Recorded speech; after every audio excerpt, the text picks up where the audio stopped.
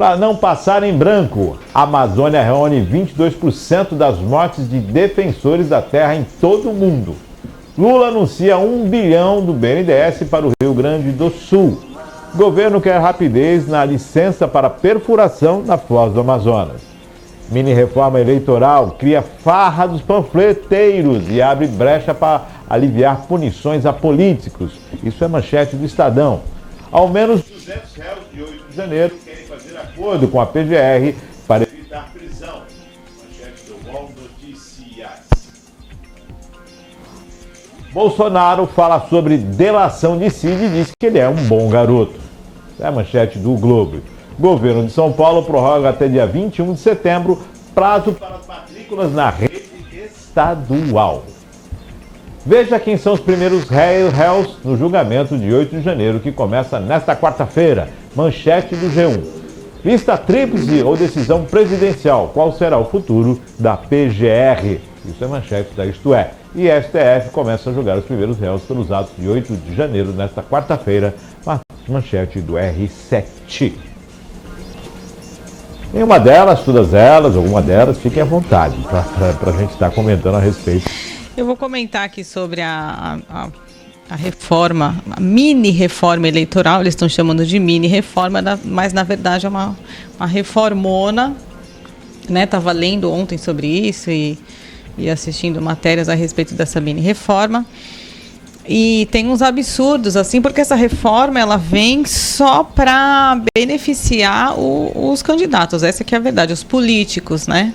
Não vem para reformar nada em prol do povo e em prol de nós, eleitores. E contém absurdos, assim, por exemplo, se essa reforma passar, né? Uma coisa que precisa ficar clara aqui é o seguinte: qualquer mudança no Código Eleitoral precisa ser feita 1 ano antes da eleição. Então, a assinatura dessa reforma precisa necessariamente ser assinada pelo presidente Lula até o final de setembro. Então, veja, vai acontecer a mesma coisa que aconteceu com a reforma tributária, que foi feita a toque de caixa. Essa mini-reforma eleitoral, que não é mini, precisaria de um debate muito maior, porque contém absurdos e que certamente vai passar em branco, né? Como diz a chamada do programa, vai passar em branco. Por exemplo, algumas multas, o montante é R$1.000 até R$10.000. Agora a pergunta que faço é a seguinte, para você que está nos assistindo, fazer a reflexão.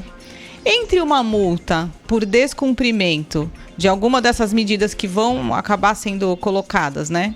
E entre pagar a multa e descumprir, o que você acha que os nossos políticos com o fundo eleitoral farão? Certamente vão optar por pagar. Eu vou colocar aí um outdoor onde não pode, aumentar o tamanho do santinho, descumprir aqui alguma das regras. Quanto é a multa? R$1.000? Tá pago.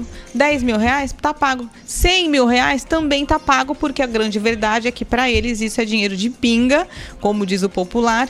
Então me parece que essa mini-reforma eleitoral merecia sim uma análise melhor e vai passar muito jabuti aí, viu, Márcio? Com certeza. Pinga em mim. Pinga em mim.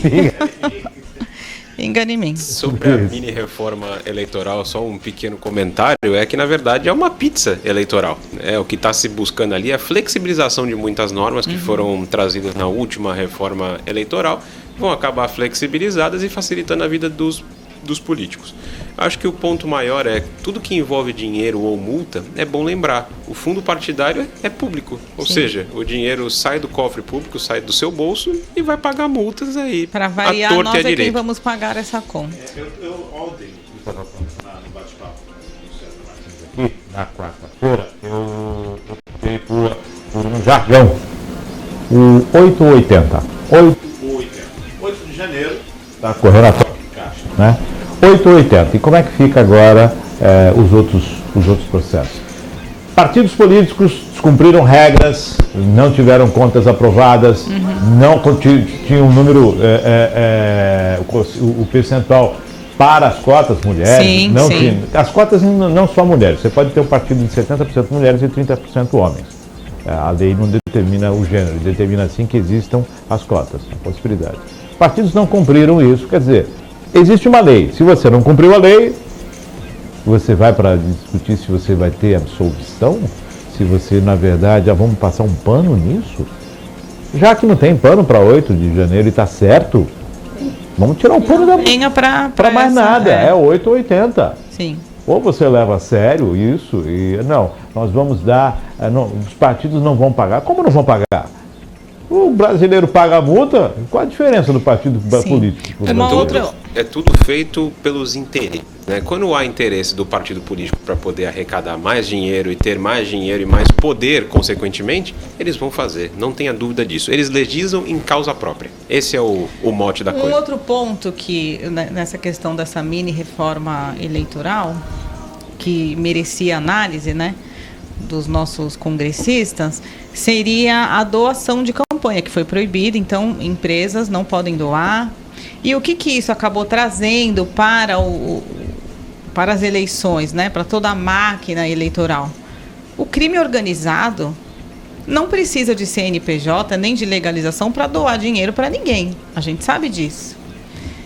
Como eles, né, estão à margem com esse dinheiro, não declaram nada, a verdade é que a gente sabe que o crime organizado passou a financiar muitas campanhas.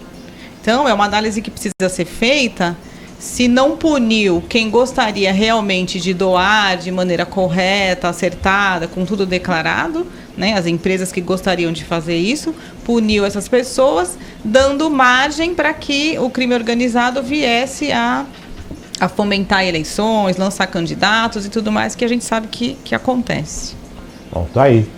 Outro item que chama a atenção é a questão do governo federal de estar disponibilizando 1 bilhão, né, através do BNDES para o Rio Grande do Sul. Através do BNDES, mais 1 bilhão. Foram 741 milhões para o Estado, né, nós já chegamos a mais de 50 mortes, né, infelizmente, no estado do Rio Grande do Sul. Milhares de pessoas aí estão desabrigadas, uma destruição devido a essa questão climática. Uhum. E o governo lançou 741 milhões, quando o Alckmin esteve lá, e Lula já falou que o BNDES vai mandar mais 1 bilhão de reais. Muito bom. 1 bilhão de reais. O que é 1 bilhão de reais? Algumas cidades têm isso como 50% do seu orçamento. O que é 1 bilhão de reais? 1 bilhão, 800 milhões a menos do que foi dado às montadoras na questão do desconto para a compra do carro zero. O que significa 1 bilhão de reais? O jato, o avião presidencial, 80 bilhões de dólares. 80 milhões de dólares. O que significa 1 bilhão de reais para um país que tem mais de 3 trilhões de orçamento? Significa muito pouco. Será que nós estamos realmente falando em ajudar um Estado com 1 bilhão? 1 bilhão, as cidades aqui da região da metropolitana da Baixada tem isso como metade do orçamento, 50% do orçamento. Cidades têm 2 bilhões. Significa muito pouco esse governo, especialmente o presidente Lula, que é o representante desse governo, né? Não que a gente quer falar, mas temos que falar. Ele é o chefe do executivo, fala por nós, né? É o representante do governo. Foi a mesma coisa que aconteceu quando houve a tragédia aqui no Litoral Norte, que o presidente não foi visitar ninguém, não apareceu, liberou lá uma verba que não sabemos se chegou ao Litoral Norte, espero que tenha chegado. E infelizmente, a gente fala infelizmente, a conduta se repetiu. Em que pese toda a tragédia que aconteceu no Rio Grande do Sul, a verdade é que o presidente Lula e sua esposa, não é? Viajaram para a Índia. A primeira-dama Janja protagonizou esse episódio lamentável, descendo do avião rindo, depois até apagou o tweet, mas publicou um tweet rindo, falando que estava com vontade de dançar, que já ia começar a dançar. Isso não se faz, é péssimo, não é postura de um chefe de Estado, nem de uma primeira-dama, que deveria mostrar empatia e solidariedade.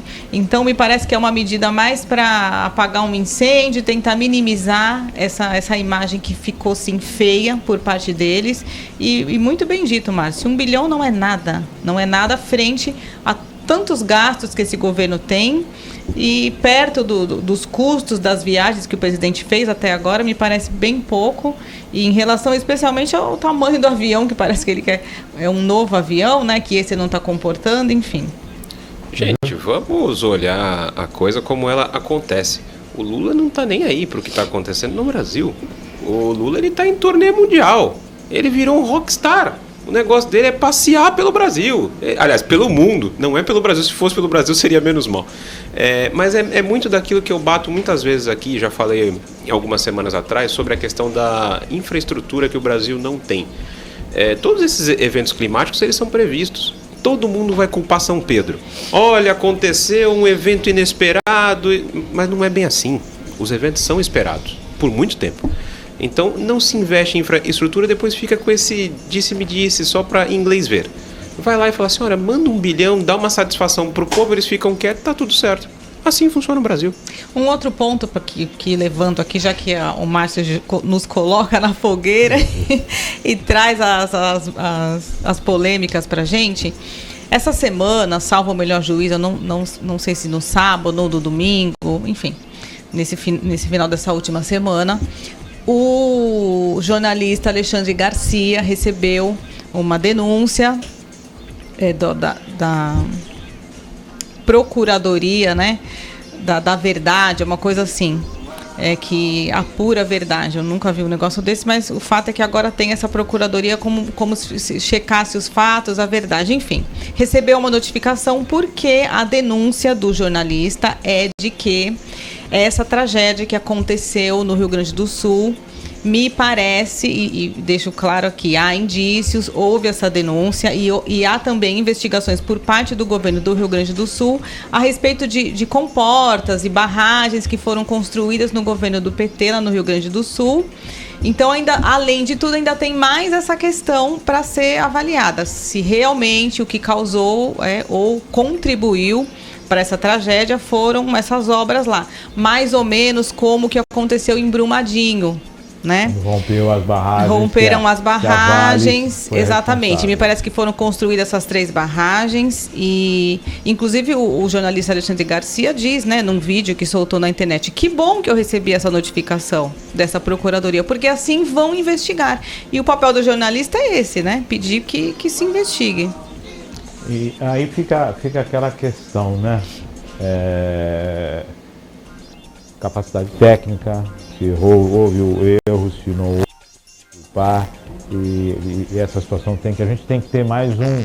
Eu vou usar o jargão do 880, tem que se colocar 880, lá dessa situação.